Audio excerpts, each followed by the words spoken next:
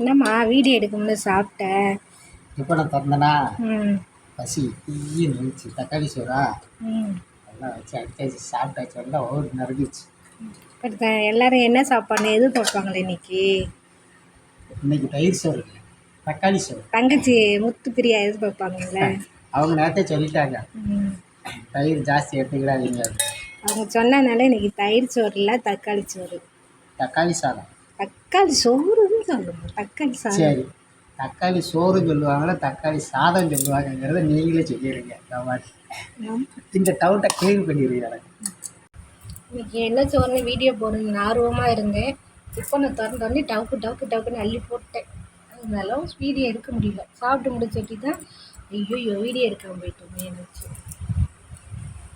சரி என்ன பேர் என்ன ஆறுமுகனே முத்துப்பிரியா எல்லாம் சாப்பிட்டீங்களா? என்ன பண்ணுறீங்க? கமெண்ட்டில் சொல்லுங்கள். கனியண்ணே கேட்கல, கனியண்ணே எல்லாம் சாப்பிட்டீங்களா? கார்த்திகேயனை கேட்கல, கார்த்திகேயன் இங்கே ஒரு மையம் இருக்குல்ல, மையம் பேர் மாதவனே, ஜான் பிரிட்டோ, உங்கள் தம்பி பேர் என்னது? கிளக்ஷனே. எல்லாம் சாப்பிட்டீங்களா? என்ன பண்ணுறீங்கன்னு கமெண்ட்டில் சொல்லுங்கள்.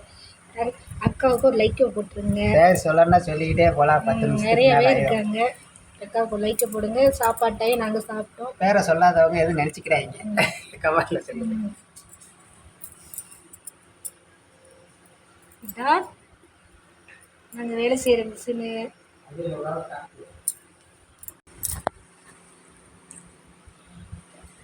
இதுதான் மேப்பெட்டி.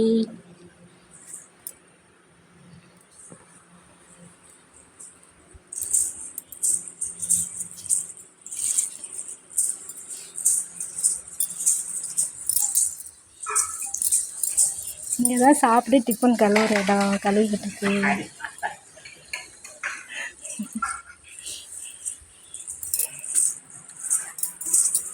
இந்த பெட்டி இந்த இருக்கிறவங்க விசில் அடிச்சுது.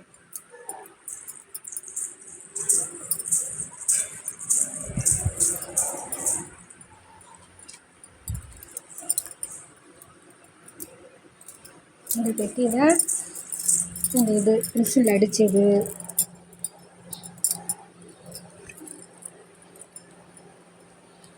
இந்த மிஷின் அடித்தது, அந்த மிஷின் அடித்தது.